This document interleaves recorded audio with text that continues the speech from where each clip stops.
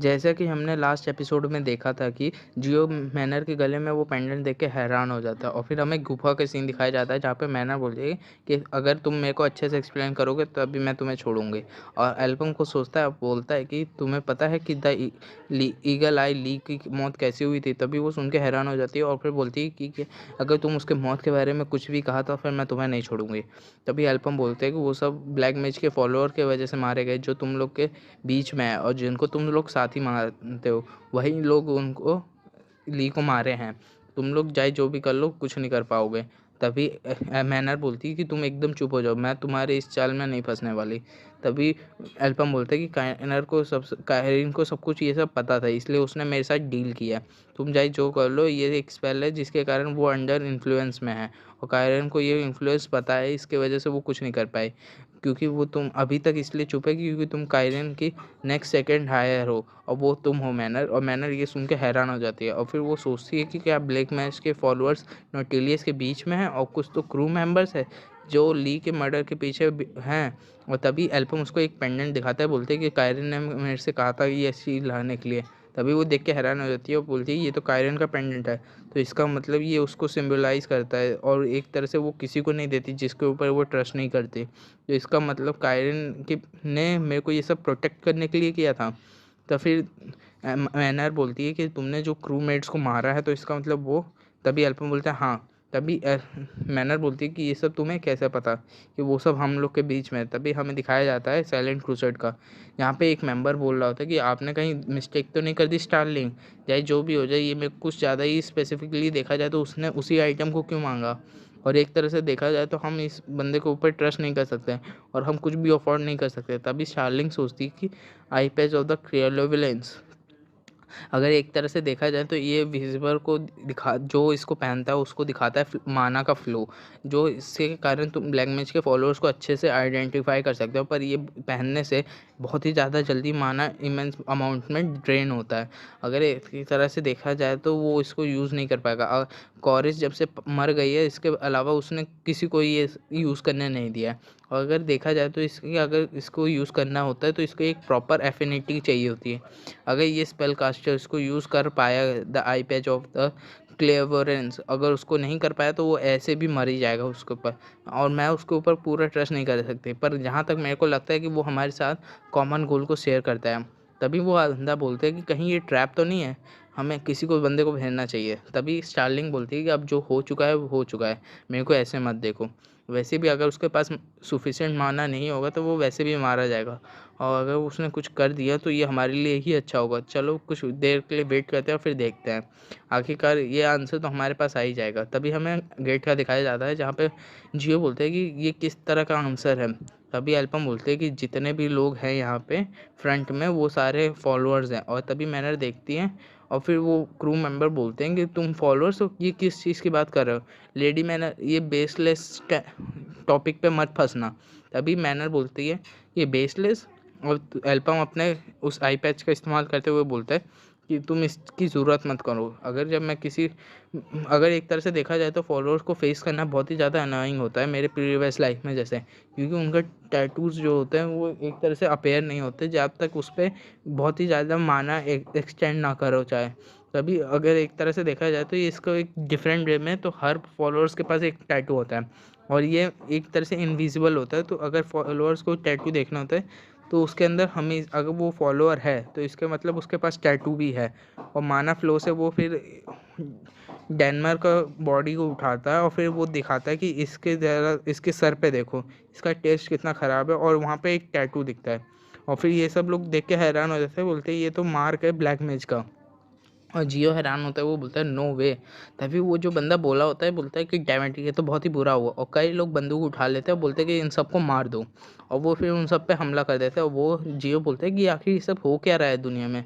तभी वो एक बंदा कैनन ब्लास्टर यूज़ करता है, फिर मैनर भी अपने गन उठा के उन लोग को मारने लगती है। फिर एल्पम बोलते हैं कि मैंने इस टाइम पे बहुत ही ज़्यादा माना को यूज़ कर लिया है, पर मैंने सारे फॉलोअर्स को आइडेंटिफाई कर लिया, तो इसके कारण हमें अपने जल्दी जल्दी काम करना होगा। और वैसे भी अगर देखा जाए तो सेकंड गेट के हम बहुत ही ज़्यादा पास है, तो जल्दी से उधर पहुंचना होगा और हमें अपनी सांस रोकनी पड़ेगी। तभी मैंने बोलती है सटअप। वैसे भी मैं इन सबको यहाँ पे मार के ही जाऊँगी, चाहे जो भी हो जाए। तभी एक बंदा बोलता है कि जल्दी से सब लोग हट जाओ, यहाँ पे अब कोई नहीं बचने वाला, ये समय है अब हंट करने का। तभी वो एक आर्टिफैक्ट को इस्तेमाल करता है और वहाँ पे काला धुआँ फॉग आने लगता है। तभी मैन बोलती है कि ये क्या है? क्या इल्यूज़न है? वैसे भी मैं कुछ देख नहीं पा रही है। तभी एक तरह से शॉट्स आता है और वो उसको डॉज कर लेती है और वो बंदा बोलता है मेरे को ये मैनर्स यही एक्सपेक्ट था। अंधा होने के बाद भी वो इसके द्वारा बच गई। अगर देखा जाए तो हर टाइम लक साइड में नहीं होता है, तुम चाहे कुछ भी कर लो। तभी जियो बोलते हैं कि मैनर मैं कुछ देख नहीं पा रहा हूँ और कई लोग देख नहीं पा रहे होते हैं। तभी वो बोलते हैं कि अब तुम इसको नहीं मिस कर पाओगे और तुम्हें अगर इतनी ही ईगल आई मिस हो रही है तो फिर तुम जाके अब उससे रीयूनाइट करना और उसको कहना कि मेरी तरफ से हाय। और तभी एक बुलेट उसके पास आ ही रहा होता है कि तभी देखते हैं कि एल्पम उसको डॉज करके बचा लेता है और वो बंदा बोलता है कि ये तो इम्पॉसिबल है। तभी हमें एल्बम को दिखाया जाता है कि वो अपने आई पैच के द्वारा माना फ्लो को देख रहा होता है। तभी वो बंदा बोलता है कि जल्दी से शूट करो, ये आखिर कैसे देख पा रहा है। और एक तरह से देखा जाए तो ये बहुत ही ज़्यादा वियर्ड है। वो लोग कई सारे शॉट करते हैं। तब ये एल्बम अपने टेलीकिनेसिस से एक बड़ा सा पत्थर सामने ले आता है और बच जाता है और फिर अपना फायर एरो से उनको टेलीकिनेसिस से इस्तेमाल करके सब लोग को मार देता है। और फिर वो दूसरा बंदा बोलता है कि ये फायर एरो इतने दूर तक कैसे जा पा रहा है। तभी वो अपना कैनन स्पाइक का इस्तेमाल करता है और वो फायर एरो उसको भी चीरते हुए चला जाता है और वो उसके सर को फाड़ देता है। और फिर वो बंदा बोल ही रहा होता है कि ये कोई सेंस नहीं बनाता। तभी वो बंदा बोलता है कि इतना ज़्यादा पावर, अगर एक तरह से देखा जाए तो फायर एरो कोई पॉसिबल नहीं है, जल्दी से हमें इसको ख़त्म करना होगा। तभी हमें दिखाया जाता है कि एल्बम 4 फिनिक्स फेदर का इस्तेमाल कर रहा होता है और वो रिवॉल्वर का इस्तेमाल करता है। वो अकेले ही सारे ब्लास्ट को झेल लेता है और फिर वो बंदा सोचता है कि इसने अपने फायर एरो को रोटेट कर दिया। तभी एल्बम उधर दूसरे साइड जाता है और उसके हाथ को काट देता है जिसमें वो आर्टिफैक्ट पकड़ा होता है और फिर उसको दिल में मार के मार देता है और वो अपना ऑर्बिटल फ्लेम ही इस्तेमाल करता है और पूरे फॉग को हटा देता है। तभी मैंने बोलती है कि मैं फिर से देख पा रही हूँ और फिर वो बंदा बोलता है डैम इट, अब मैं कुछ नहीं कहूँगा, ये सब ग्लोरी है ब्लैक मैज के लिए। और वो एक बम डिटोनेट कई सारे कर देता है और जहाँ पे एक चेन ब्लास्ट होता है और मैंने दूसरे साइड जाके गिरी हो रही होता है कि एल्पम अपने टेलीकिनेसिस से पत्थर उड़ा के उसको बचा लेता है और फिर वो लोग जा ही रहते हैं और फिर वो बोलते हैं कि एल्पम एल्पम अपने मन में सोचता है कि मैं अपने देखा जाऊँ तो एक लिमिट पे हूँ। अगर मेरे को जहाँ तक देखा जाए तो नेक्स्ट गेट के पहुँचने के लिए पहले मेरे को पहुँचना होगा वरना मेरे सारे माना ख़त्म हो जाएगा। तभी एक बंदा आता है वो मैनर के साइड पंच मारता है और मैनर को उस पत्थर पे से गिरा देता है और जियो बोलते हैं मैनर और एल्बम सोचता है डैम इट। और फिर तभी वो बंदा बॉम्ब फेंकता है, बोलते हैं कि इतना भी जल्दी नहीं। और तभी वो बॉम्ब एल्बम के सामने आ जाता है और ब्लास्ट हो जाता है और पूरा गेट डिस्ट्रॉय हो जाता है। मेहनत जैसे जैसे तैसे अपने आप को संभालती है और फिर वो देखती है सामने पूरा का पूरा गेट डिस्ट्रॉय हो गया होता है।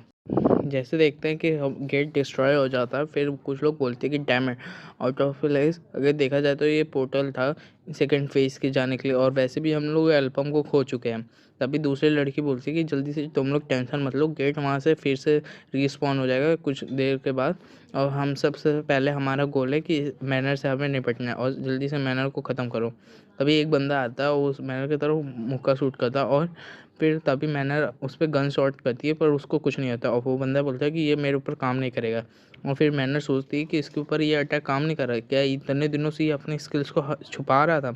तभी वो बोलता है कि तुम कितनी सारी वीक हो और वो मैनर के ऊपर पंच मारता है पर मैनर उसको डॉज करके उसके पीठ पे आ जाती है और उसके दोनों पैरों पे गोली मारती है और फिर उसको नीचे कर देती है। तभी कुछ लोग उसके ऊपर शूट करने जा ही रहते हैं कि मैनर उसको अपने पैर के बीच में फंसा के उसको घुमा के उसके तरफ कर देती है और जिसके कारण वो सारे शॉट्स उसको लग जाते हैं और वो बहुत घायल हो जाता है। फिर तभी मैनर कई सारे शॉट्स उन लोग की तरफ मारती है और उन लोग को ख़त्म कर देती है। तभी वो फिर से पंच मारने जा ही रहा होता है कि मैनर उसके पेट में गन शॉट करके उसके मुंह में डाल देती है और फिर से उसके सर पे शॉट कर देती है।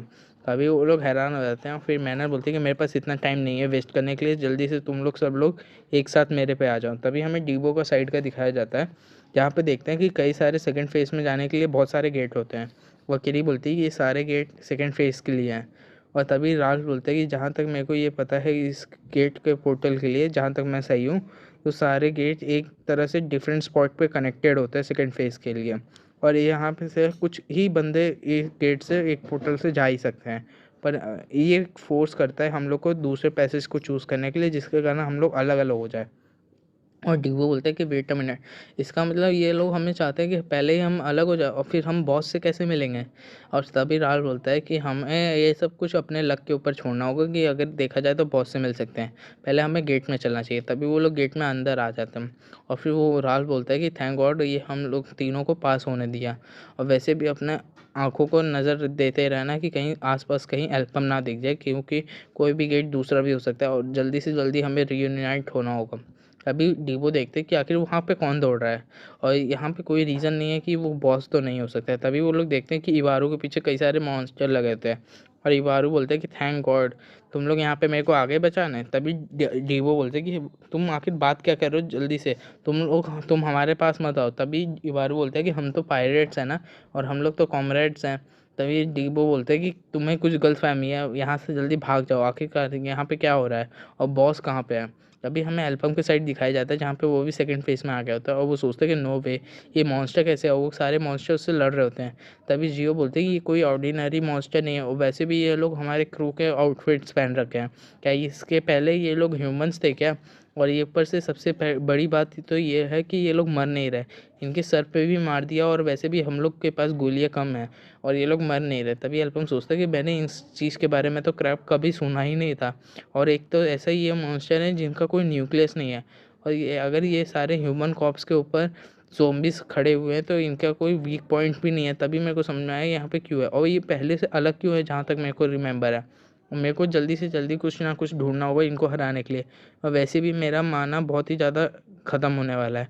और वो देखता है कि कई सारे धागे वो उन लोग के बॉडी से होते हैं और वो कहीं से होके गुजर रहे होते हैं और वो देखता है कि वो कितना लंबा जा रहा है और वो देखता है कि एक दीवार के पीछे जा रहा होता है और फिल्म सोचता है कि कहीं दीवार के उस पार तो कुछ नहीं है। तभी वो देखते हैं कि वहाँ पर डीबो होता है और वो कई सारे मॉन्स्टर से लड़ रहा होता है और वो सोचता है कि थैंक गॉड वो लोग भी सेकेंड फेज तक आ गए हैं। और तभी एल्पम को बहुत दर्द होता है और वो सोचता है कि मेरे सारे माना ख़त्म हो गया, अब मैं कुछ नहीं कर सकता। तभी कई सारे मॉन्स्टर उधर आ ही रहे होते हैं और जी बोलते हैं कि एल्पम तुम्हें क्या हुआ, जल्दी से ठीक हो जाओ। और फिर तभी देखते हैं गेट से कोई एंटर करता है और वहाँ पे कहीं बड़े पत्थर गिरने लगते हैं और वो देख के हैरान हो जाते हैं। और तभी देखते हैं कि मैनर आ गया और जियो बोलते हैं कि मैनर, और तभी वो कई सारे पत्थरों पे शूट करती है और कई सारे मॉन्स्टर के ऊपर पत्थर गिरते हैं। तभी केविन कहता है कि थैंक गॉड तुम ठीक हो। तभी मैनर बहुत ही ज़्यादा गुस्से में होती है और बोलती है केविन जल्दी से जल्दी यहाँ से रास्ते से हट जाओ, अगर तुम मरना नहीं चाहते। और केविन बोलते हैं हाँ। और तभी देखते हैं कि मॉन्स्टर के ऊपर बहुत ही बड़ा एक ब्लास्ट होता है और कोई बहुत ही बड़ा मैग्नम शॉट मारता है और एल्पम की आंख हटती है तो देखते हैं कि वहाँ पे पूरा एक होल बन गया होता है। तभी फिर वो जियो बोलते हैं कि मैंने तुम, मेरे को लगा तुम सही में मर गए और यहाँ पे अभी भी बहुत लोग बचे हुए हैं और वैसे भी देखा जाए तो हमारे पास गोलियाँ बहुत कम हैं। तभी मैनर बोलती है कि वैसे भी देखा जाए तो ये अगर मैं ऐसा शॉट एक बार और मार सकती हूँ अगर मैं अपने सारे माना को यूज़ किया जाओ। तभी एल्पम बोलता है होल्ड ऑन। तभी मैंने बोलती है एल्पम, तभी एल्पम बोलता है कि इस स्किल्स की हमें अभी बाद में ज़रूरत पड़ेगी। तभी मैनर बोलती है कि तुम लकी हो कि तुम अभी भी ज़िंदा हो, पर मेरे को ये समझ नहीं आ रहा कि तुम मॉन्स्टर के ऊपर सेलेक्टिव क्यों हो रहे हो। और तभी एल्पम सोचता है कि अगर देखा जाए तो हाफ माइल्स की दूरी पे डीवो एकदम स्ट्रेट लाइन में है तो हमारे पास कोई अदर अनदर टैक्टिक्स नहीं है। अगर देखा जाए तो हमें समय बर्बाद नहीं होना चाहिए, 5 मिनट नहीं 3 मिनट तो चाहिए और 3 मिनट के लिए मैं कुछ कर भी सकता हूँ और 3 मिनट में हमें गेट क्लियर करना होता है। और तभी वो कई सारे न्यूक्लियस खाता है और फिर हमें दिखाया जाता है डीवो के साइड के जहाँ पे वो कई सारे मॉन्स्टर से लड़ रहा होता है और वो बोलता है कि आखिर इस दुनिया में हो क्या रहा है, ये सारे ह्यूमन के लाश हैं और एक तरह से मैंने इनके सर भी उड़ा दिया तब भी कुछ नहीं होता। तभी एक मॉन्स्टर उसके ऊपर हमला करता है, उसका गला पकड़ लेता है पर राल्फ उसको आके बचा लेता है और बोलता है कि ये सब क्या है। तभी डीवो बोलता है कि ये सब पॉसिबल ही नहीं है, ये ज़ॉम्बी मर ही नहीं थे। तभी राल्फ बोलता है कि जल्दी से जल्दी अपने एक्स को घुमाओ, यहाँ पे कंप्लेन करने का टाइम नहीं है। तभी इबारू को कई सारे गन शॉट करते हुए बोलता है कि गॉड डैम इट, ये सब लोग मर ही नहीं रहे, ओकेरी एक स्लैश लगा दी। तभी इबारू को कोई मॉन्स्टर हाथ पकड़ लेता है और एक शॉट उसके ऊपर पत्थर पे लग जाता है जिससे कारण वो मॉन्स्टर मर जाता है। और डीवो बोलते हैं इबारू इबारू ये बहुत ही अच्छा ब्रिलियंट मूव था। और इबारू बोलते हैं हाँ हाँ ऑफ कोर्स। और तभी अचानक से एक दीवार टूटता है और वो उस डीवो के सामने कई सारा देख के हैरान होता है और डीवो बोलते हैं आखिरकार ये है क्या सीरियसली। और फिर इबारू आखिर तुमने किस बंदे को जगा दिया है। तो इबारू मन में सोचते हैं तुमने अभी कहा नहीं था ये ब्रिलियंट मूव है। और तभी वो बहुत ही ज़्यादा डर जाता है और यहीं पे ये चैप्टर ख़त्म हो जाता है। तो स्टे कंटिन्यू और स्टे ट्यून और चैनल को सब्सक्राइब लाइक शेयर करना ना भूलें। आपका दोस्त हमेशा आपके लिए हाज़िर है।